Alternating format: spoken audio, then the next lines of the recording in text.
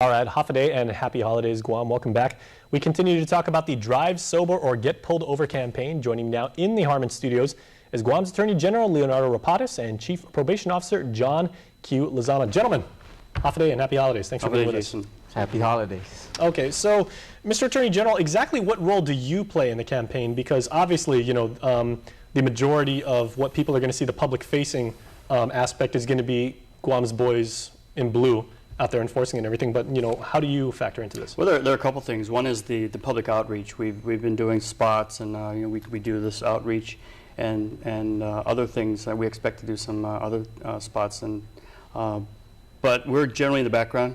We work with the courts. We have a dedicated prosecutor, and there's a dedicated DUI court. So we worked with the courts and with GPD to prosecute those individuals that unfortunately are under the influence and behind the wheel and then get caught. Hopefully no injuries or damage for each of these arrests, but we're behind the scenes and we're prosecuting those cases. Now let's maybe get us up to speed a little bit about the effectiveness of a campaign. There was a book and confine policy that was fairly well chronicled by us and by, you know, of course, by other Guam media. Have you seen an increase, you know, decrease? What we have seen is an increase. Well, the book and confine started in summertime, around summertime last year, because this was anticipation of the drug court, or I'm sorry, the DUI court starting up in November. What we have seen, and what we did see, is an increase in the filing of cases, misdemeanors and felony cases.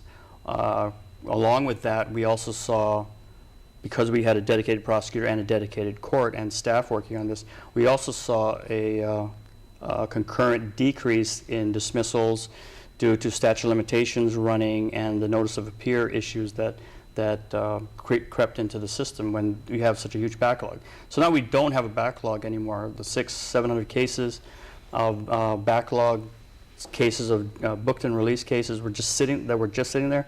They no longer exist because of the policy, the book and confine policy, and the dedicated DUI court. All right, well done. So now that we know what role GPD plays and now we know what role the AG plays, over to you, John. So what role does the court system play and how does the judiciary factor into the equation? You know, prior to the implementation of the DWI court, we actually looked at it with the Attorney General, with the Guam Police Department, and we needed to identify, and we actually identified, and we actually implemented the DWI court to address all the DUI cases that the Attorney General has filed and the Guam Police Department has made the arrests. And because of the DWI court, we're actually able to streamline everything. We have one central docket. We have one attorney from the Attorney General's office that represents all their cases. And with that said, with going through one judge, it actually has expedited the process. Historically, from time of arrest to time of conviction or prosecution, time of adjudication, could take anywhere from 12 to 18 months. With the implementation of the DWI court, that has actually gone to 3 to 4 months. From time of arrest, with GPD's confinement policy, with the aggressiveness of the Attorney General's office, and with the court streamlining everything, we've actually had cases on average go 3 to 4 months. And we did actually have one case where we actually it was adjudicated within 10 days. From time of arrest to adjudication was 10 days. Well done. So it is by centralizing the docket, one judge, one set prosecutor, and the DWI court staff working together, we've actually been able to get to those cases quicker. Now, based on the conversations we've had with, you know, both of you and your respective organizations over the last couple of years, and particularly Mr. Attorney General since he took office, I know that you're not one to rest on your laurels and just say, hey, you know, we've gotten better. How can we streamline the processes with campaigns like this even further? Well, we'll keep doing this, but one of the things that we want to do is work with the legislature to look at the statutes and see if there's anything that needs revamping or if there are any new laws. I'm of the opinion that we don't necessarily need new laws. We need enforcement, and it's been great going with the enforcement right now, but it's possible that we could streamline some laws and just make them, you know, tweak them a little bit better now that we've had about a year of this system in place.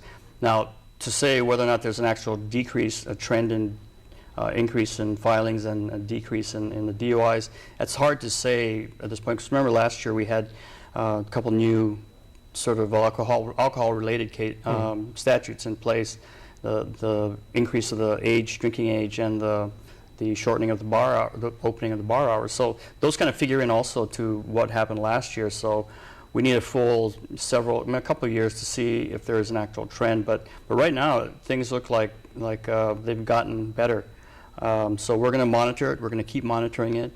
The beauty of the court and having a single judge, a single prosecutor, a single staff working on these cases is that the judge, the prosecutor, the staff will know of the individuals who are recidivists, the ones who are constantly, who are second, third timers, the guys that should be locked up for much longer, the persons that we should take their cars away and not allow them to even own a car, to be on our roads. So that's the beauty of the system, is we know who they are. Okay, well, Attorney General Leonardo Rapadas and Chief Probation Officer John Q. Lozama, gentlemen, thank you very much for your work. Congratulations on the success you've had with it, and best of luck in the future. Thank you, Jason. Happy holidays. Thank you, Ron. All right.